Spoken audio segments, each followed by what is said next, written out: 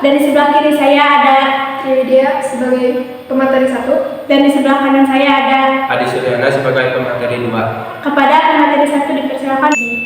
Dalam materi perlakuan khusus pada tanaman, ada beberapa poin yang termasuk kepada materi tersebut. Yang pertama, zat pengatur tumbuh. Zat pengatur tumbuh atau ZPT adalah senyawa organik bukan hara yang alami maupun sintetik. Sedangkan hormon adalah senyawa organik alami sintetis oleh tanaman. Ada pula jenis-jenis ZPT yaitu auksid. Auksid sintetik bertujuan diantaranya mencegah absisi daun, mencegah kerontokan buah, merangsang pembungaan dan pembuahan, mengendalikan gulma, merangsang pertumbuhan akar, dan menginduksi kalus dan embrio somatik dari eksplan. Yang selanjutnya di Berlin, pengaruh fisiologi akibat di Berlin yaitu merangsang pertumbuhan tanaman karena terjadinya pemanjangan sel dan pembelahan sel. Selanjutnya merangsang perkecambahan benih yang dorman atau pertumbuhan tunas yang dorman. Yang selanjutnya merangsang pembungaan dan lain-lain. Selanjutnya sitokinin. Sitokinin adalah ZPT tanaman yang dapat merangsang pembelahan sel. Fungsi fisiologi sitokinin sebagai berikut: merangsang pembelahan sel, menyebabkan morfogenesis, merangsang perkembangan mata tunas lateral, dan yang terakhir menunda senesens.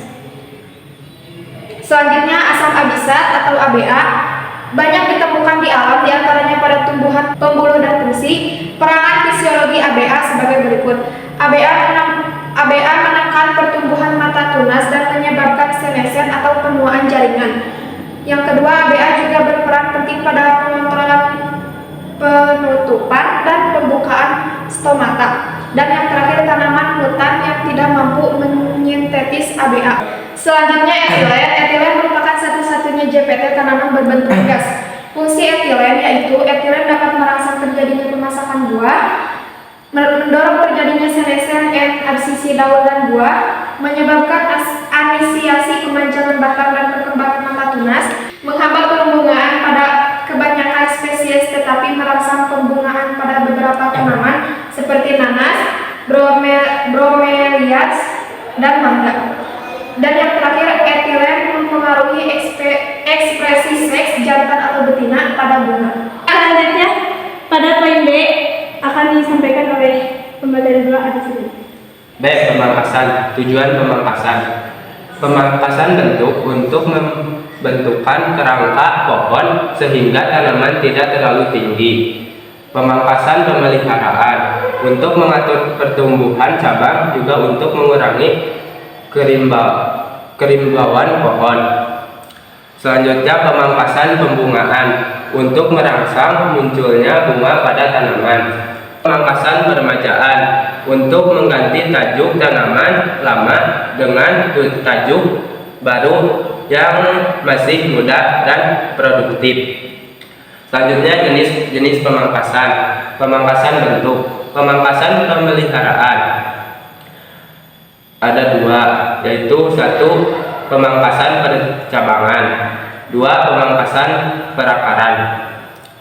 Selanjutnya pemangkasan peremajaan. Waktu pemangkasan. Pemangkasan bentuk biasanya dilakukan 1 atau 2 tahun setelah ditanam.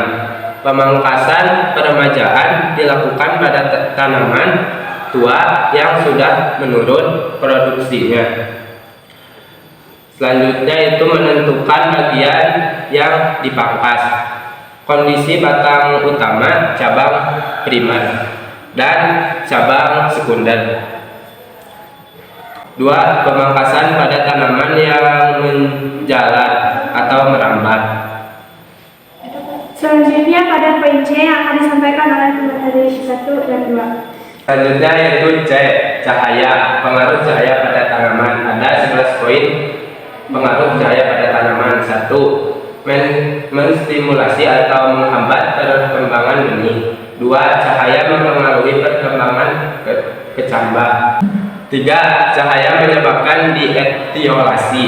4. Cahaya mempengaruhi aktivitas pada membran sel. 5. Cahaya mempengaruhi ekspansi atau pembesaran daun dan kotiledon. 6. Cahaya mempengaruhi gerak dinastik pada daun.